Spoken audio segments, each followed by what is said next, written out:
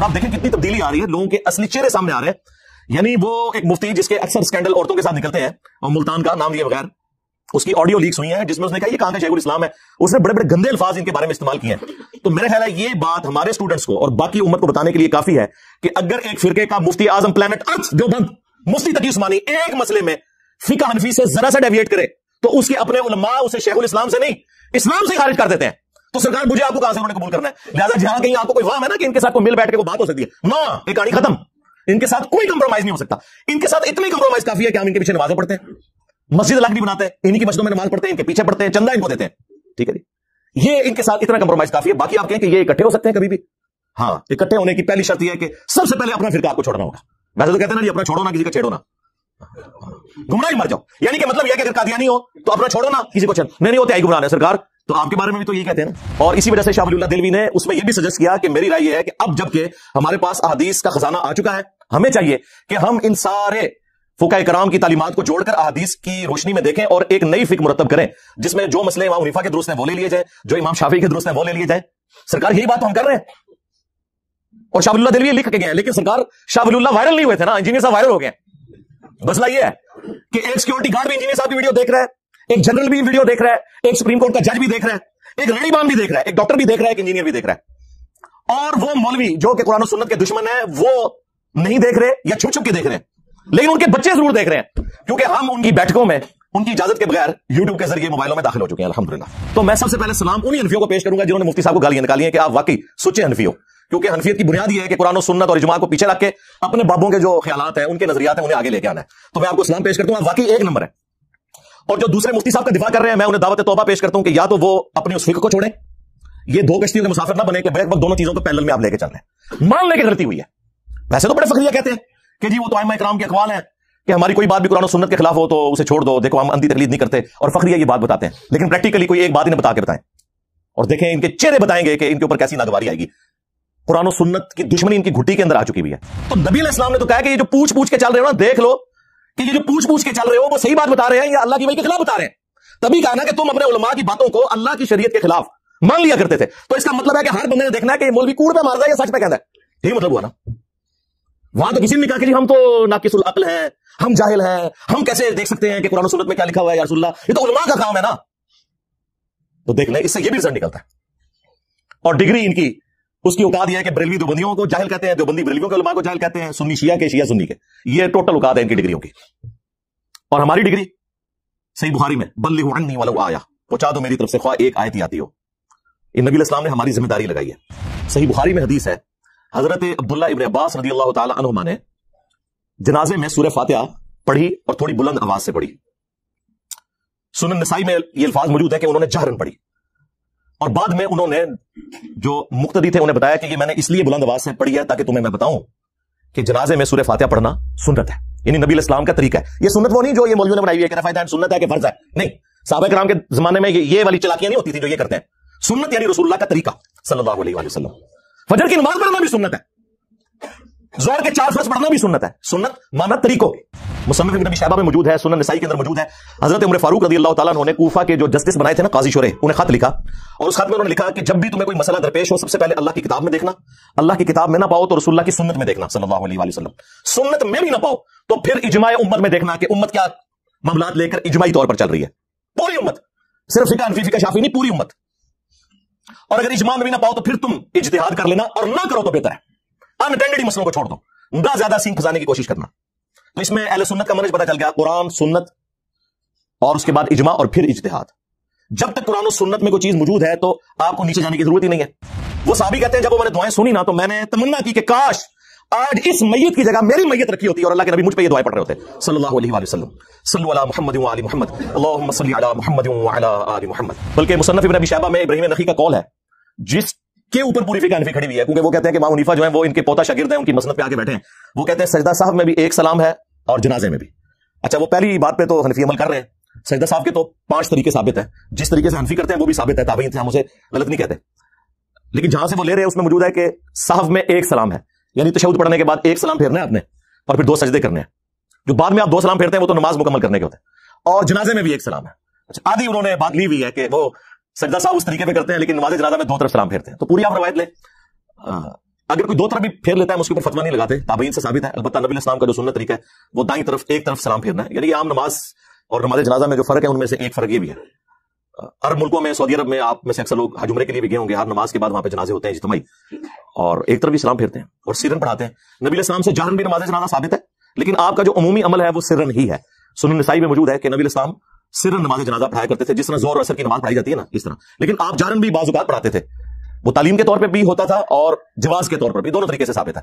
تو بعض لوگوں نے اسے معیوب سمجھا. تو سیدہ عائشہ نے کہا کہ مجھے حیرانگی ہو رہی ہے کہ کوئی زیادہ عرصہ نہیں گزرا، نبی علیہ السلام اسی مسجد میں نماز جنازہ پڑھا کرتے تھے. آپ نے بدری اصحاب کا نماز جنازہ اس کے اندر پڑھا ہے، اور تم میں بعض لوگ اسے معیوب سمجھ رہے ہیں. اچھا، اس حدیث سے دو رزلٹ نکلے. ایک تو یہ کہ عورت بھی نماز جنازہ پڑھ سکتی ہے. عموماً جو یہ عورتوں کی مانیت کی جاتی ہے نا، وہ بے صبری کی وجہ سے نماز جنازہ کے ساتھ نہیں وہ جائیں گی، لیکن جنازہ پڑھ سکتی ہیں. عرب میں تو پڑھتی ہیں جیسا نماز پڑھتی ہیں مسجد میں.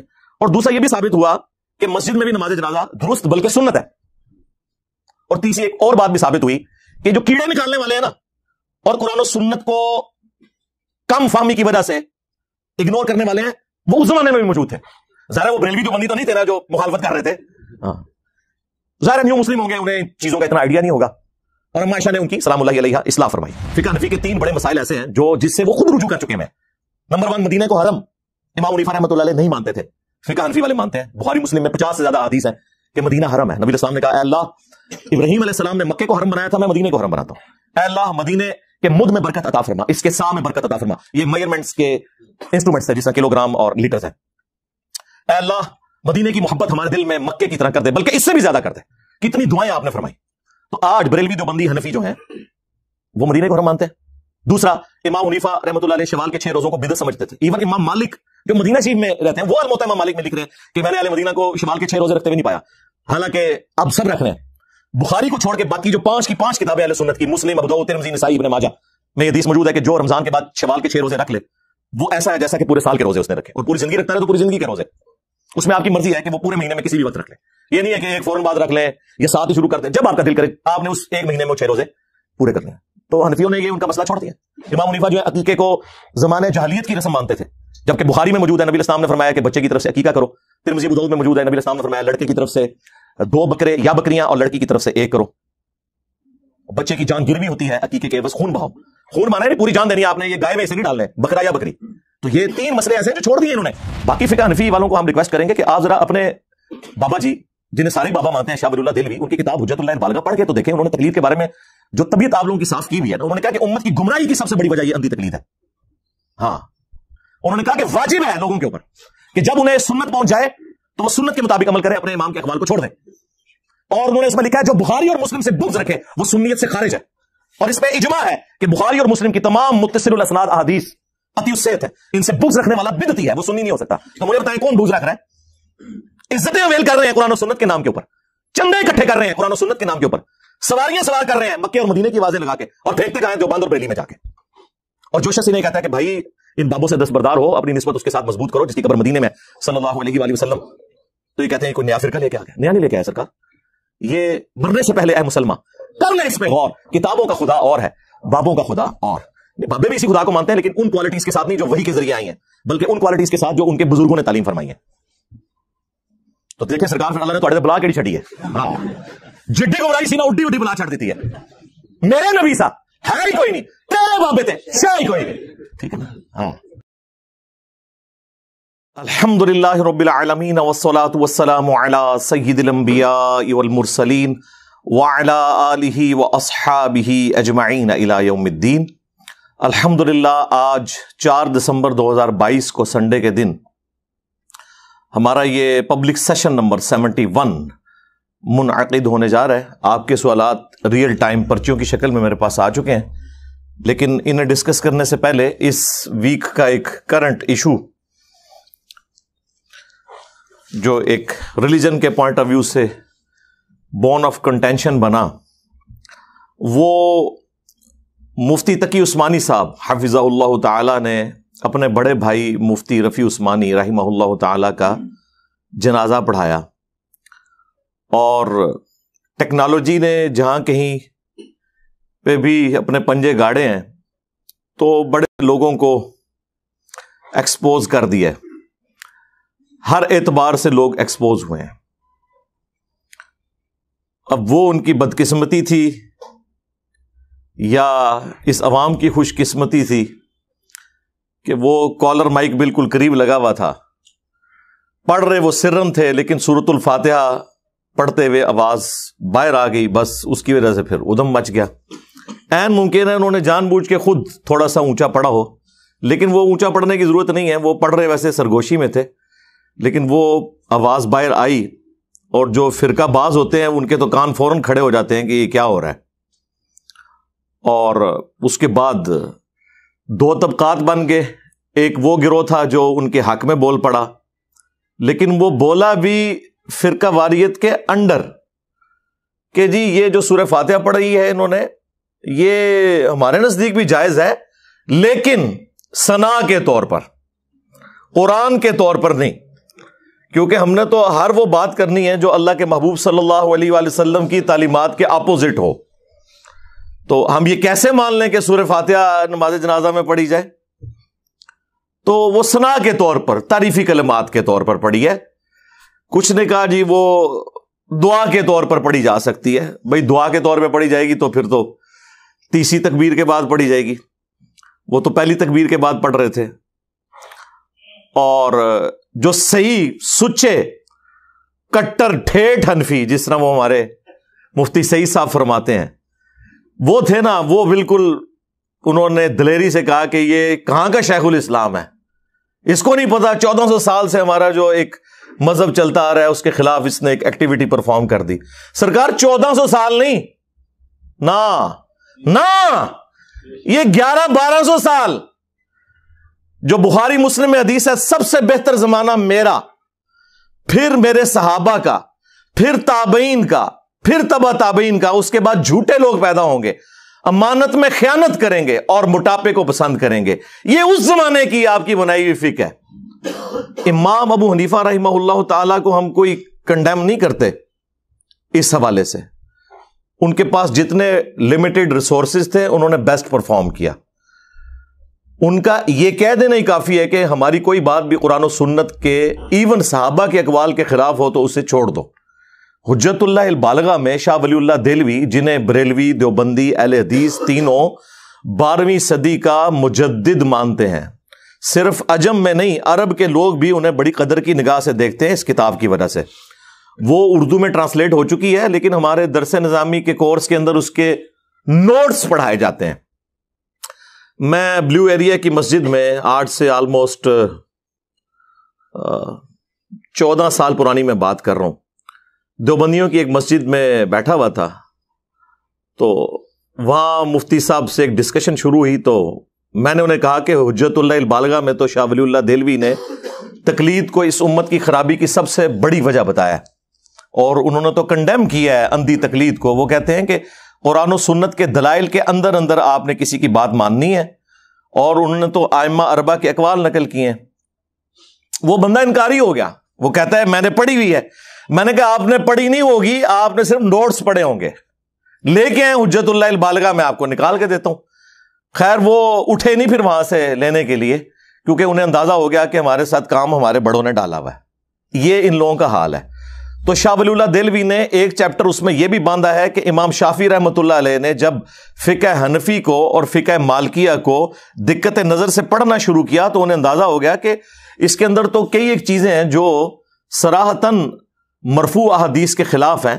پھر انہوں نے اس کی کھوج لگائی کہ یہ ٹوٹی کمند کہاں، تو انہیں اندازہ ہوا کہ امام مالک اور امام حنیفہ، ان کے اندر ایک کمزوری تھی کہ وہ تابعین کے اقوال سے بھی حجت پکڑتے تھے۔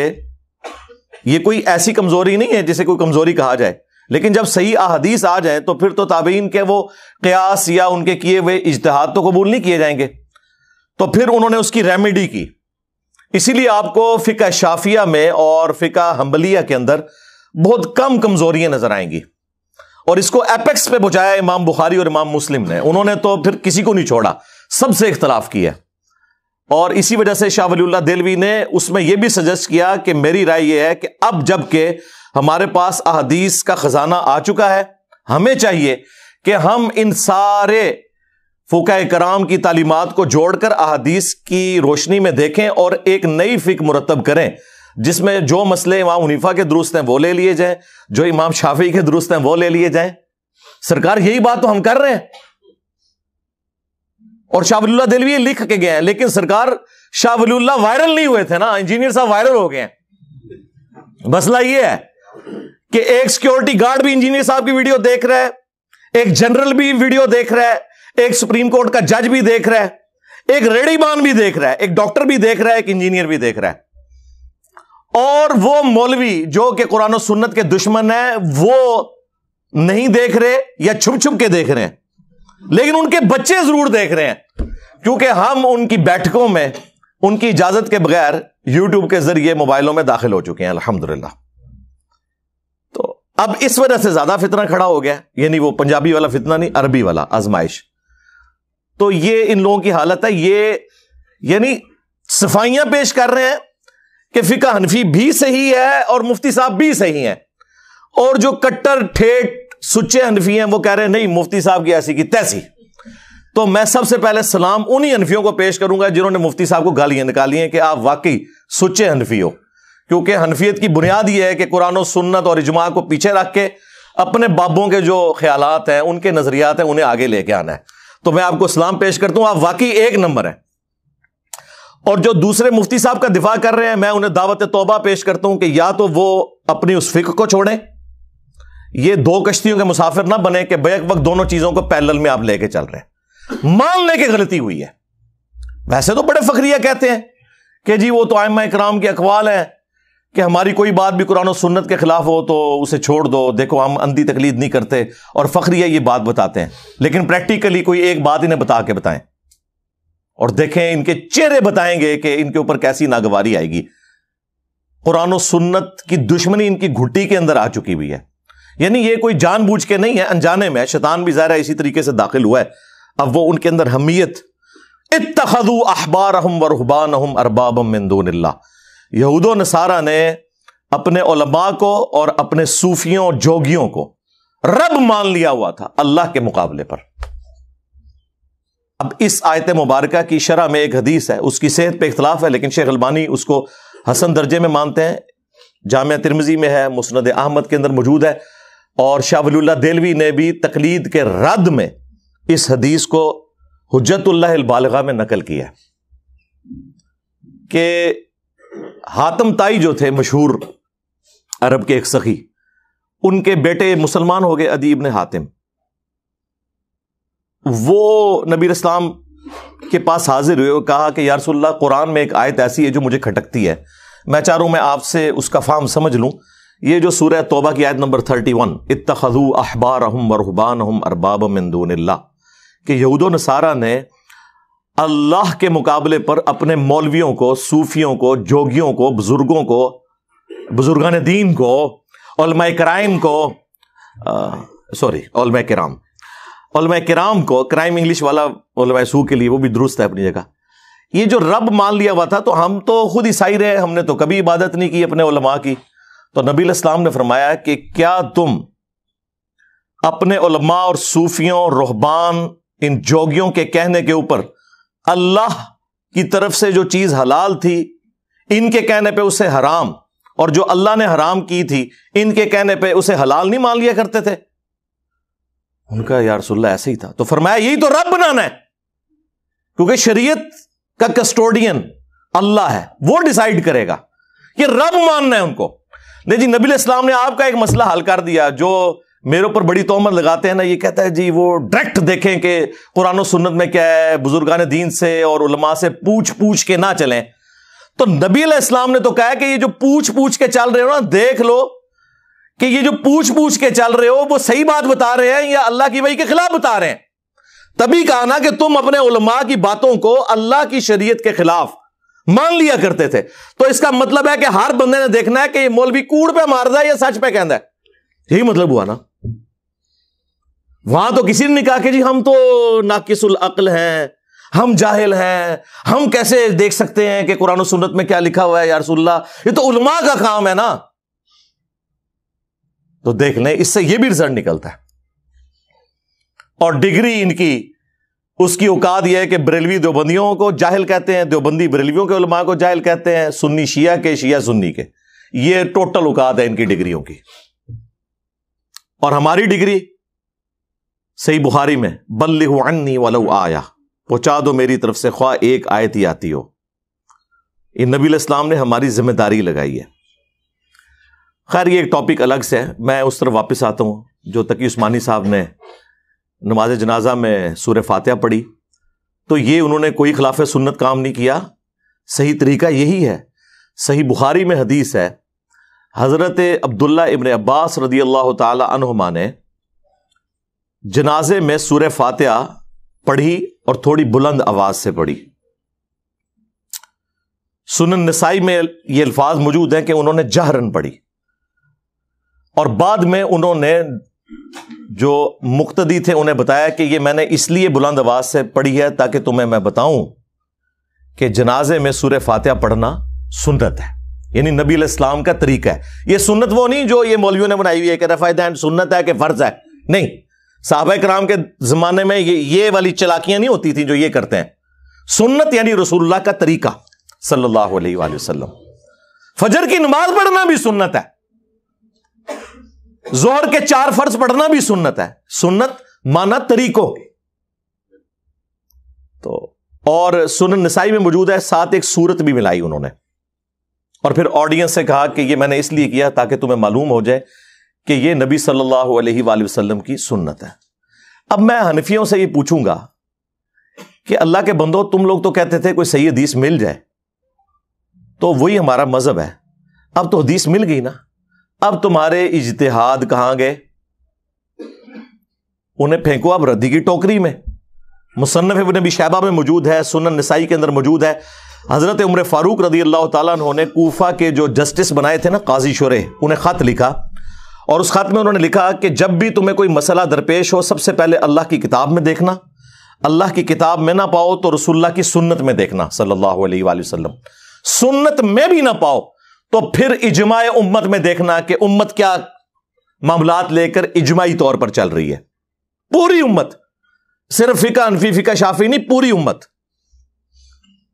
اور اگر اجماع میں بھی نہ پاؤ تو پھر تم اجتہاد کر لینا، اور نہ کرو تو بہتر ہے. انٹینڈڈ ہی مسئلوں کو چھوڑ دو، نہ زیادہ سینگ پھنسانے کی کوشش کرنا. تو اس میں اہل سنت کا منہج پتہ چل گیا، قرآن، سنت، اور اس کے بعد اجماع اور پھر اجتہاد. جب تک قرآن و سنت میں کوئی چیز موجود ہے تو آپ کو نیچے جانے کی ضرورت ہی نہیں ہے، کیونکہ ٹاپ پرائرٹی تو قرآن و سنت ہے. اور یہ حدیث اس بات پر دلالت کرتی ہے کہ یہ سنت ہے کہ نماز جنازہ کے اندر سورہ فاتحہ پڑھی جائے. اہل حدیث حضرات پڑھتے ہیں، علماء عرب بھی پڑھتے ہیں.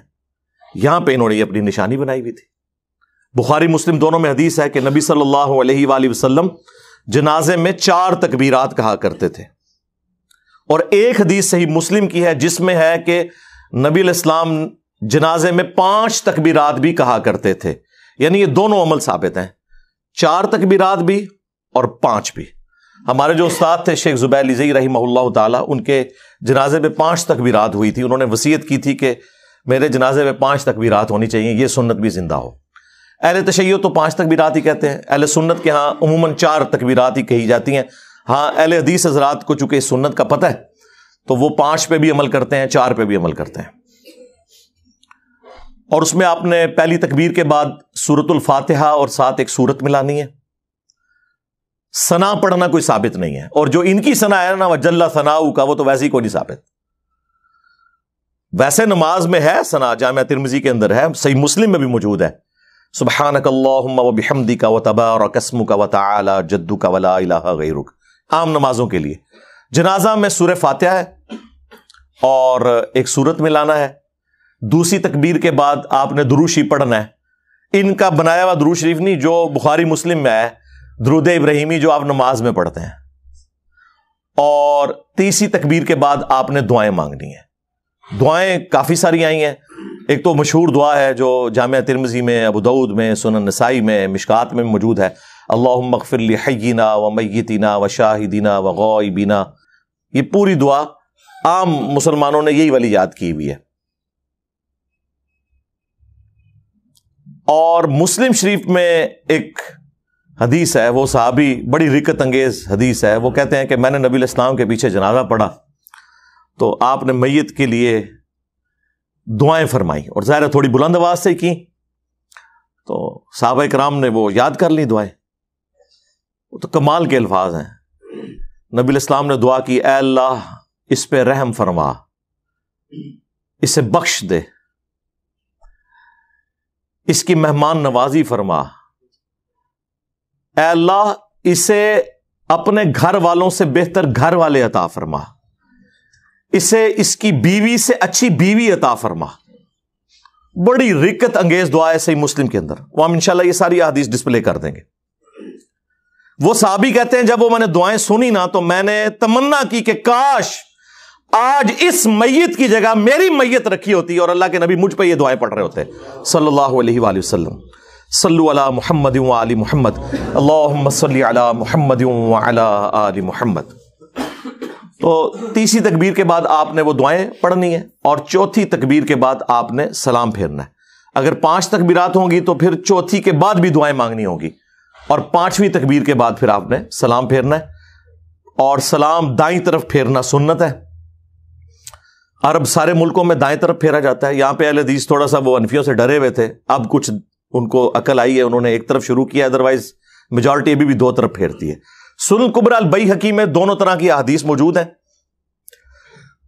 2 طرف سلام پھیرنے والی حدیث جو ہے اس میں تدلیس کا بھی ایشو ہے، ضعیف راوی بھی ہے، اور بھی ایشو ہے، اور جو ایک طرف سلام پھیرنے والی حدیث ہے وہ بالکل صحیح سند کے ساتھ ہے۔ بلکہ مصنف ابن ابی شیبہ میں ابراہیم نخعی کا قول ہے جس کے اوپر پوری فقہ حنفی کھڑی ہوئی ہے، کیونکہ وہ کہتے ہیں کہ امام حنیفہ جو ہیں وہ ان کے پوتا شاگرد ہیں، ان کی مسند پہ آ کے بیٹھے ہیں۔ وہ کہتے ہیں سجدہ سہو میں بھی ایک سلام ہے اور جنازے میں بھی۔ اچھا، وہ پہلی بات پہ تو حنفی عمل کر رہے ہیں، سجدہ سہو کے تو 5 طریقے ثابت ہیں، جس طریقے سے حنفی کرتے ہیں وہ بھی ثابت ہے، تابعین سے ہم اسے غلط نہیں کہتے، لیکن جہاں سے وہ لے رہے ہیں اس میں موجود ہے کہ سہو میں ایک سلام ہے، یعنی تشہد پڑھنے کے بعد ایک سلام پھیرنا ہے آپ نے، اور پھر 2 سجدے کرنے ہیں۔ جو بعد میں آپ 2 سلام پھیرتے ہیں وہ تو نماز مکمل کرنے کے ہوتے ہیں، اور جنازے میں بھی ایک سلام ہے۔ اچھا، آدھی انہوں نے بات لی ہوئی ہے کہ وہ سجدہ سہو اس طریقے پہ کرتے ہیں لیکن نماز جنازہ میں 2 طرف سلام پھیرتے ہیں، تو پوری آپ روایت لیں۔ اگر کوئی 2 طرف بھی پھیر لیتا ہے ہم اس کے اوپر فتویٰ نہیں لگاتے، تابعین سے ثابت ہے۔ البتہ نبی علیہ السلام کا جو سنت طریقہ ہے وہ دائیں طرف ایک طرف سلام پھیرنا ہے، یعنی یہ عام نماز اور نماز جنازہ میں جو فرق ہے ان میں سے ایک فرق یہ بھی ہے۔ عرب ملکوں میں، سعودی عرب میں، آپ میں سے اکثر لوگ حج عمرے کے لیے بھی گئے ہوں گے، ہر نماز کے بعد وہاں پہ جنازے ہوتے ہیں اجتماعی، اور ایک طرف ہی سلام پھیرتے ہیں اور سرن پڑھاتے ہیں۔ نبی علیہ السلام سے جہرن بھی نماز جنازہ ثابت ہے، لیکن آپ کا جو عمومی عمل ہے وہ سرن ہی ہے۔ سنن نسائی میں موجود ہے کہ نبی علیہ السلام سرن نماز جنازہ پڑھایا کرتے تھے، جس طرح ظہر اور عصر کی نماز پڑھائی جاتی ہے نا اس طرح، لیکن آپ جہرن بھی بعض اوقات پڑھاتے تھے۔ وہ تعلیم کے طور پہ بھی ہوتا تھا اور جواز کے طور پر بھی، دونوں طریقے سے ثابت ہے۔ جس طرح اہل حدیث تو عموماً ایک طریقے کو فالو کرتے ہیں، حنفی بھی خاص ایک ہی طریقے کو فالو کرتے ہیں، دونوں طریقے درست ہیں۔ اہل حدیث کے پیچھے آپ جنازہ پڑھیں تو آپ کو لگتا ہے آپ جنازہ پڑھ کے نکلیں، اور دیوبندی اور بریلوی علماء جنازہ ان کا ہوتا ہے تقریباً 40 سیکنڈ کا، اور اس کے بعد 5 منٹ کی دعا ہو رہی ہوتی ہے۔ بریلوی دعا کرواتے ہیں، دیوبندی اعلانات کرتے رہتے ہیں کہ جی 3 دن بعد یہ ہوگا اور 5ویں دن یہ ہوگا اور فلاں چیز یہ ہوگی۔ حالانکہ سنت یہ ہے کہ آپ نے جنازے کے بعد دعا نہیں کرنی بلکہ میت کو قبرستان لے کے جانا ہے، اور سنن نبی داؤد میں موجود ہے کہ دفنانے کے بعد اس کی قبر پہ کھڑے ہو کر اس کے لیے دعا کرنی ہے۔ نبی اسلام نے فرمایا کہ اب اسے آزمایا جائے گا، اس سے سوالات پوچھے جائیں گے، تم اپنے بھائی کی قبر کے سوالوں کی استقامت کے لیے دعا کرو۔ وہاں پہ سنت ہے، اور وہ صحیح مسلم میں حضرت عمر بن عاص کی وہ رکت انگیز حدیث بھی موجود ہے جس میں انہوں نے اینڈ پہ وصیت کی تھی کہ جب میں مر جاؤں تو میری قبر پہ اتنی دیر بیٹھے رہنا جتنی دیر ایک اونٹ کو نہر کر کے اس کا گوشت تقسیم کیا جاتا ہے، تاکہ میں اپنی قبر سے مانوس ہوں اور اللہ کے آئے ہوئے مہمانوں کو جوابات دے سکوں۔ یعنی 2-2.5 گھنٹے قبر پہ بیٹھنا دفنانے کے بعد، یہ بھی سنت ہے۔ ظاہر سنت صحابہ کرام سے کوئی چیز ثابت ہو جائے گی تو وہ سنت اور دین کی کیٹیگری میں فال کرے گی، تو وہ دعا وہاں پہ آپ نے جا کے کرنی ہے۔ تو یہ نماز جنازہ کے بارے میں عموماً کے ایک متس مشہور ہے، اس لیے میں نے اس کو کلیئر کر دیا۔ اسی طریقے سے حنفیوں میں آپ دیکھیں گے وہ انہوں نے ایک چیز پکی پکڑی ہوئی ہے کہ نماز جنازہ صرف جنازہ گاہ میں ہوگا یا گراؤنڈ میں ہوگا، مسجد میں نہیں وہ پڑھنے دیتے۔ ایون کئی مسجدیں ہیں نا، تو مسجد کے باہر وہ میت رکھ کے نا نماز جنازہ پڑھ رہے ہوتے ہیں، مسجد کے اندر نہیں پڑھتے۔ یہ ٹھیک ہے کہ آپ علیہ السلام کی عمومی سنت اور افضل عمل یہی ہے کہ آپ نے جنازہ گاہ یا عیدگاہ میں پڑھنی ہے نماز جنازہ، بخاری مسلم میں احادیث ہے۔ لیکن سرکار مسلم شریف میں یہ ایک حدیث موجود ہے کہ سعد ابن ابی وقاص جب فوت ہوئے، فاتح ایران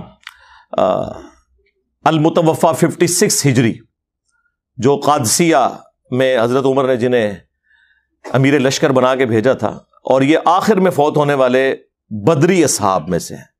یہ حضرت معاویہ رضی اللہ تعالیٰ عنہ کے دور میں فوت ہوئے، ان کے بعد دنیا میں کوئی بدری صحابی زندہ نہ رہا۔ بہرحال جب وہ فوت ہوئے تو سیدہ عائشہ نے صحابہ کرام سے کہا کہ سعد کی میت لا کے میرے حجرے کے باہر رکھو۔ اب حجرہ ایڈجسنٹ تھا مسجد نبوی شریف کے، تو میت مسجد میں رکھنی پڑ رہی تھی، اور اما عائشہ نے کہا کہ میں نے اس کا جنازہ پڑھنا ہے تو یہاں لا کے اسے رکھو میت کو۔ تو بعض لوگوں نے اسے معیوب سمجھا، تو سیدہ عائشہ نے کہا کہ مجھے حیرانگی ہو رہی ہے کہ کوئی زیادہ عرصہ نہیں گزرا، نبی علیہ السلام اسی مسجد میں نماز جنازہ پڑھا کرتے تھے، آپ نے بدری اصحاب کا نماز جنازہ اس کے اندر پڑھا ہے، اور تم میں بعض لوگ اسے معیوب سمجھ رہے ہیں۔ اچھا، اس حدیث سے دو رزلٹ نکلے۔ ایک تو یہ کہ عورت بھی نماز جنازہ پڑھ سکتی ہے، عموماً جو یہ عورتوں کی ممانعت کی جاتی ہے نا، وہ بے صبری کی وجہ سے نماز جنازہ کے ساتھ نہیں وہ جائیں گی، لیکن جنازہ پڑھ سکتی ہیں۔ عرب میں تو پڑھتی ہیں، جس طرح نماز پڑھتی ہیں مسجد میں۔ اور دوسرا یہ بھی ثابت ہوا کہ مسجد میں بھی نماز جنازہ درست بلکہ سنت ہے۔ اور تیسری ایک اور بات بھی ثابت ہوئی کہ جو کیڑے نکالنے والے ہیں نا، اور قرآن و سنت کو کم فہمی کی وجہ سے اگنور کرنے والے ہیں، وہ اس زمانے میں بھی موجود تھے۔ ظاہر ہے وہ بریلوی دیوبندی تو نہیں تھے نا جو مخالفت کر رہے تھے، ہاں ظاہر ہے نیو مسلم ہوں گے، انہیں ان چیزوں کا اتنا آئیڈیا نہیں ہوگا، اور اما عائشہ نے ان کی سلام اللہ علیہا اصلاح فرمائی۔ تو یہ ساری چیزیں بھی ساتھ میں اس لیے کلیئر کر رہا ہوں تاکہ آپ کو یہ جو متس مشہور ہوئی ہیں نا عجیب و غریب قسم کی عوام الناس کے اندر، وہ آپ کو کلیئر ہو کہ یہ قرآن و سنت کی تعلیمات بالکل اس حوالے سے واضح ہیں کہ آپ نے سنت طریقے پہ کس طریقے سے نماز جنازہ کو ادا کرنا ہے۔ باقی نبی صلی اللہ علیہ وآلہ وسلم کے بارے میں بھی، اور عبداللہ ابن عمر سے بھی آتا ہے المصنف ابن ابی شیبہ میں، المصنف عبد الرزاق کے اندر، کہ وہ ہر تکبیر کے اوپر رفع الیدین بھی کرتے تھے۔ یعنی آپ نے جتنی تکبیرات کہنی ہے نا، تو اللہ اکبر کے ساتھ آپ نے ہاتھوں کو بھی بلند کرنا ہے۔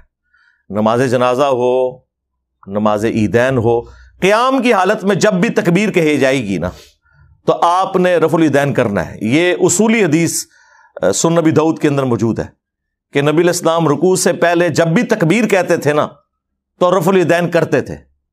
کوئی بھی تکبیر ہوتی تھی، چاہے وہ عیدین کی ہو، چاہے وہ جنازہ کی ہو، ایون وطر کی دعا سے پہلے بھی اگر آپ تکبیر کہیں تو آپ رفع الیدین کریں، اور اس کے بعد دعائے قنوت پڑھیں۔ تو یہ سنت ہے۔ اس کے بعد آپ کی مرضی ہے، آپ نے ہاتھ باندھ کے نماز جنازہ پڑھنا یا ہاتھ کھول کے، وہ عام نماز میں بھی دونوں طریقے سے سنت ہے۔ میری اس کے اوپر کئی ایک ویڈیوز ریکارڈڈ ہیں، وہ آپ دیکھ سکتے ہیں۔ باقی فقہ حنفی والوں کو ہم ریکویسٹ کریں گے کہ آپ ذرا اپنے بابا جی، جنہیں سارے ہی بابا مانتے ہیں، شاہ ولی اللہ دہلوی، ان کی کتاب حجت اللہ البالغہ پڑھ کے تو دیکھیں۔ انہوں نے تقلید کے بارے میں جو طبیعت آپ لوگوں کی صاف کی ہوئی ہے نا، انہوں نے کہا کہ امت کی گمراہی کی سب سے بڑی وجہ یہ اندھی تقلید ہے۔ ہاں، انہوں نے کہا کہ واجب ہے لوگوں کے اوپر کہ جب انہیں سنت پہنچ جائے تو وہ سنت کے مطابق عمل کریں، اپنے امام کے اقوال کو چھوڑ دیں۔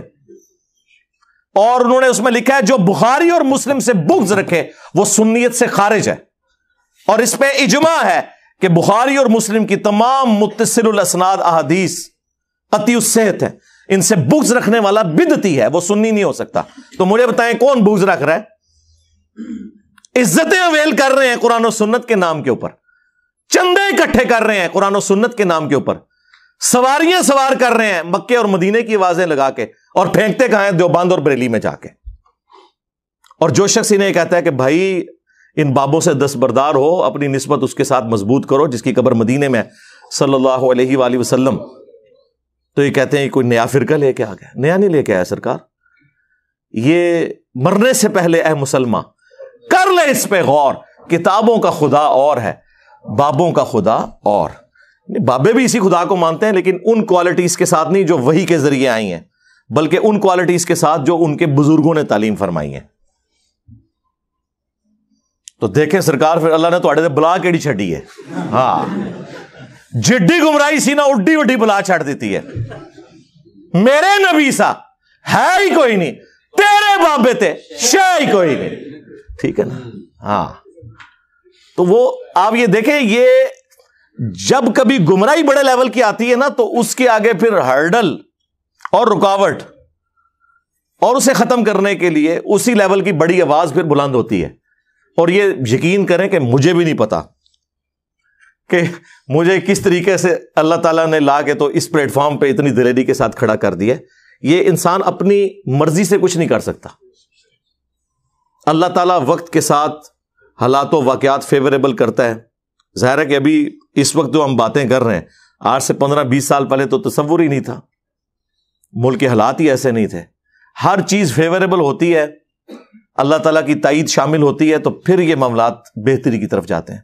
تو ہم ان کو بار بار یہ چیز سمجھا رہے ہیں کہ اللہ سے ڈر جائیں، اپنی اصلاح کریں، اور جو آپ فخریہ بتاتے ہیں کہ ہم اندھے مقلد نہیں ہیں، اور کئی جگہ پہ واقعی آپ لوگوں نے اپ رائٹ ہونے کا ثبوت دیا ہے۔ مثلا فقہ حنفی کے 3 بڑے مسائل ایسے ہیں جس سے وہ خود رجوع کر چکے ہیں۔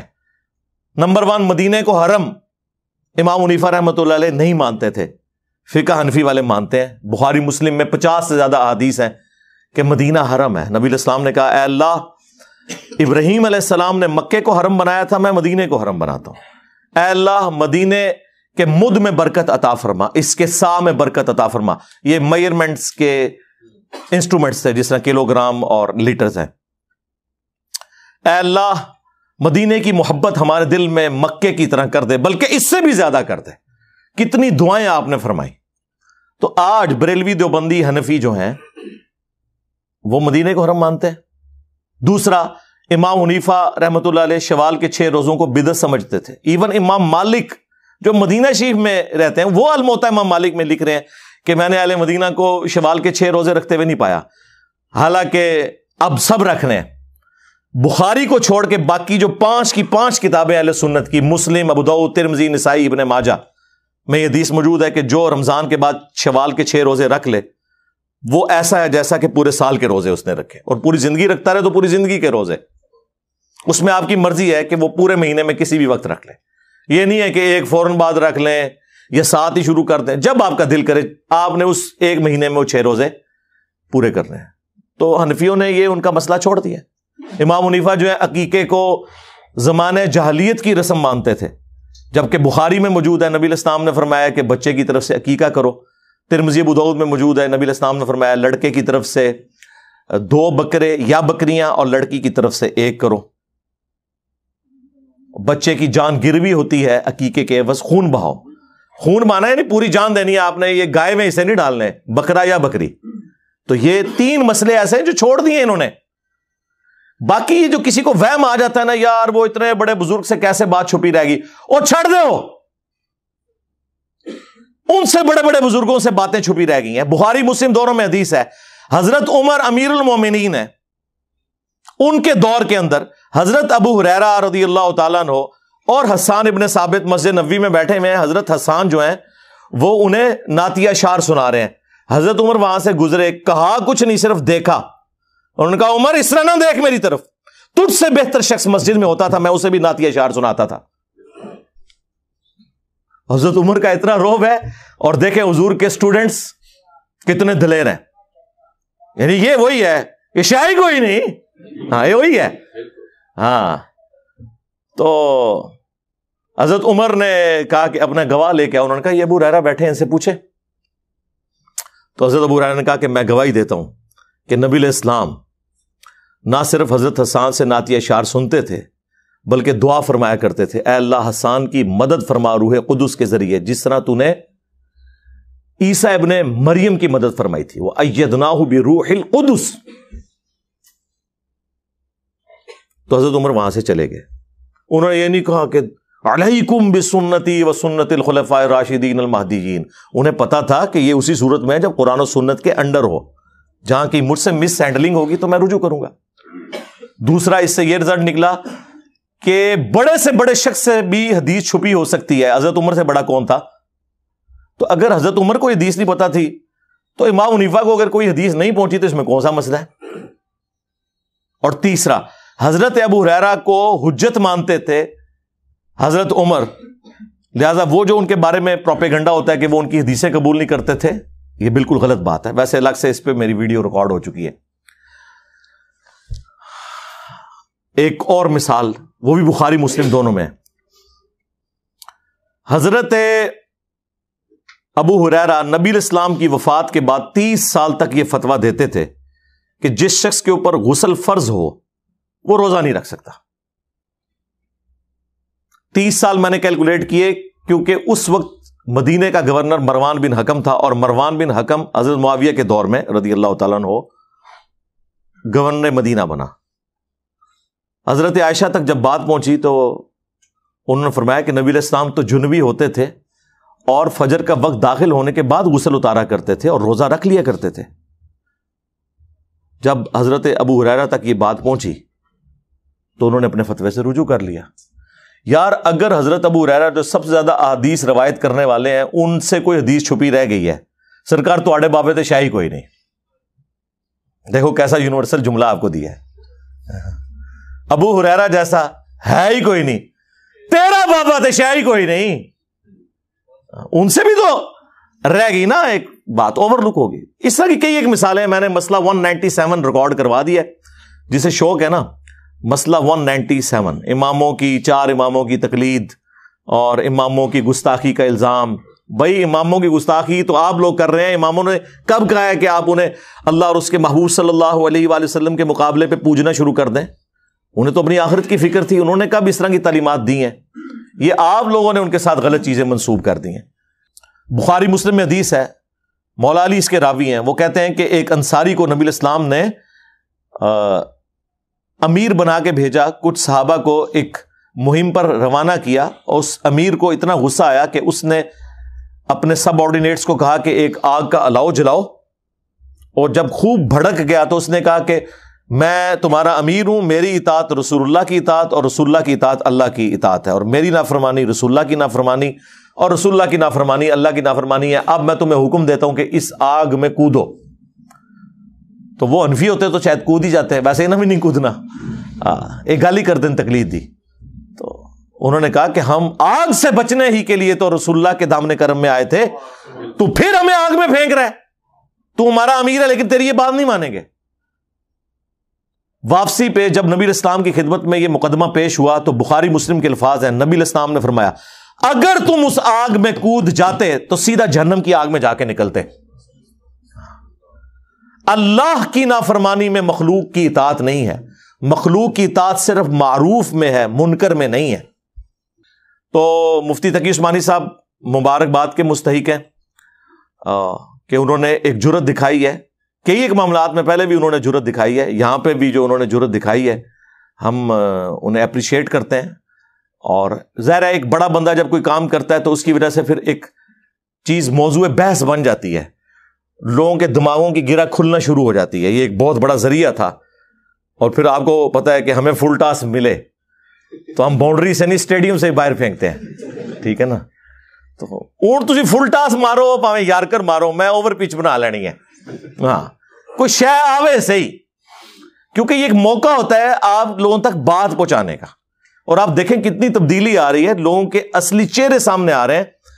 یعنی وہ ایک مفتی جس کے اکثر سکینڈل عورتوں کے ساتھ نکلتے ہیں، اور ملتان کا نام لیے بغیر، اس کی آڈیو لیکس ہوئی ہیں جس میں اس نے کہا یہ کہاں کا شیخ الاسلام ہے.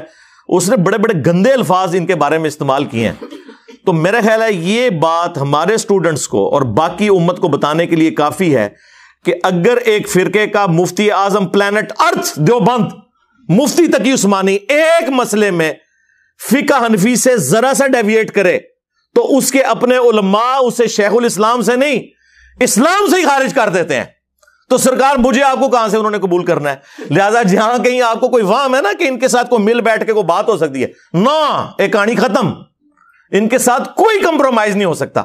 ان کے ساتھ اتنا ہی کمپرومائز کافی ہے کہ ہم ان کے پیچھے نمازیں پڑھتے ہیں، مسجد الگ نہیں بناتے، انہی کی مسجدوں میں نماز پڑھتے ہیں، ان کے پیچھے پڑھتے ہیں، چندہ ان کو دیتے ہیں. ٹھیک ہے جی، یہ ان کے ساتھ اتنا کمپرومائز کافی ہے. باقی آپ کہیں کہ یہ اکٹھے ہو سکتے ہیں کبھی بھی؟ ہاں، اکٹھے ہونے کی پہلی شرط یہ ہے کہ سب سے پہلے اپنا فرقہ آپ کو چھوڑنا ہوگا. ویسے تو کہتے ہیں نا جی اپنا چھوڑو نہ کسی کا چھیڑو نہ، گمراہ ہی مر جاؤ. یعنی کہ مطلب یہ ہے کہ اگر قادیانی ہو تو اپنا چھوڑو نہ کسی کو چھیڑ. نہیں ہوتے آئی گمراہ ہے سرکار. تو آپ کے بارے میں بھی تو یہی کہتے ہیں نا، اعلی حضرت کے قربان صدقے انہوں نے مسئلہ حل کر دیا، ورنہ تو میں آپ کو بتاتا کہ ایک دوسرے کو کافر کہتے ہیں، آپ لوگوں نے ماننا ہی نہیں تھا. یہ کفر سے بھی آگے احکام شریعت میں اعلی حضرت فاضل بریلوی المتوفا 1340 ہجری بمطابق 1921 ان کی ڈیتھ ہوئی. 101 سال ہو چکا ہے. کچھ عرصہ پہلے انہوں نے اعلی حضرت کا وہ 100 سالہ جشن اعلی حضرت بھی منایا ہے. انہوں نے احکام شریعت میں جو فتووں کی ان کی کتاب ہے، یہ ملفوظات شریف نہیں ہے، خود فتوے لکھے ہیں. ان سے پوچھا گیا کہ یہ جو ذبیحہ ہے وہابیہ کا، اس کے بارے میں آپ کا کیا خیال ہے؟ تو انہوں نے کہا رکو ذرا صبر کرو ابھی بتاتا ہوں. انہوں نے کہا تو نے تو وہابیہ کا پوچھا، سن پھر دیکھ آج ہم ہر چیز کھول کھول کے تجھے بیان کریں گے. انہوں نے کہا کہ دیوبندی ہو، اہل حدیث وہابی ہو، رافضی شیعہ ہو، قادیانی ہو، نیچری ہو. نیچری وہ کہتے ہیں یہ جو سر سید احمد خان کے ماننے والے، جو نیچر میں بلیو کرنے والے، وہ ساروں کا ذکر کر. انہوں نے کہا یہ 1,00,000 دفعہ بھی اللہ کا نام لیں ذبیحہ مردار ہی رہے گا. یہ سب کے سب مرتد ہیں. مرتد کا مطلب کافر نہیں، اس سے اگلی بات کہ یہ واجب القتل ہیں. ویسے اعلیٰ حضرت سے مجھے اختلاف ہے، مرتد تب ہوتے جب یہ بریلوی چھوڑ کے ادھر آتے. مرتد کہاں سے ہوئے ہیں؟ وہ ان کا اپنا نظریہ ہے. اچھا، البتہ یہود و نصارہ کا ذبیحہ حلال ہے. یعنی اعلیٰ حضرت کے نزدیک یہود و نصارہ، اہل حدیث، دیوبند، شیعہ اور قادیانیوں سے بہتر ہے. یہ اس چکر میں پڑے ہوئے ہیں کہ یہ کوئی اتحاد امت کر لیں گے. بھائی بڑے نکال کے گئے ہوئے ہیں، اور پھر انہوں نے جو حسام الحرمین میں حرمین کی تلوار کے اندر انہوں نے تو لکھا ہے کہ ان کے کفر میں شک کرنے والا بھی کافر ہے علماء دیوبند کے. اور دیوبندیوں نے پھر اپنی روح راضی کی المحند المفند میں انہوں نے لکھا کہ یہ جو احمد بریلوی ان کی جماعت ایک شیطانی لشکر ہے جو ہم پہ حملہ آور ہو گیا. جس طرح کے شیاطین انبیاء پر حملہ آور ہوتے تھے، یہ علماء دیوبند رضی اللہ عنہم پر حملہ آور ہوئے ہیں. 14ویں صدی کے مولویوں رضی اللہ عنہم تو ایک دوسرے کو نکالے بیٹھے ہوئے ہیں. اس لیے ان کے اوپر 4 نہیں 5 تکبیریں پڑے، ایک مجلس میں انہیں 3 طلاقیں دے کے ان سے جان چھڑا لیں. یہ ان کی اصلاح ممکن نہیں سوائے اس کے کہ آپ لوگوں کو قرآن و سنت کی تعلیمات بتائیں اور ان لوگوں کو ایکسپوز کریں کہ یہ کس طریقے سے دین کا مذاق اڑا رہے ہیں. اور یہی کام ہم کر رہے ہیں الحمدللہ. صلو علی محمد و آل محمد، اللہم صلی علی محمد وعلی آل محمد و اصحاب محمد و ازواج محمد اجمعین الی یوم الدین.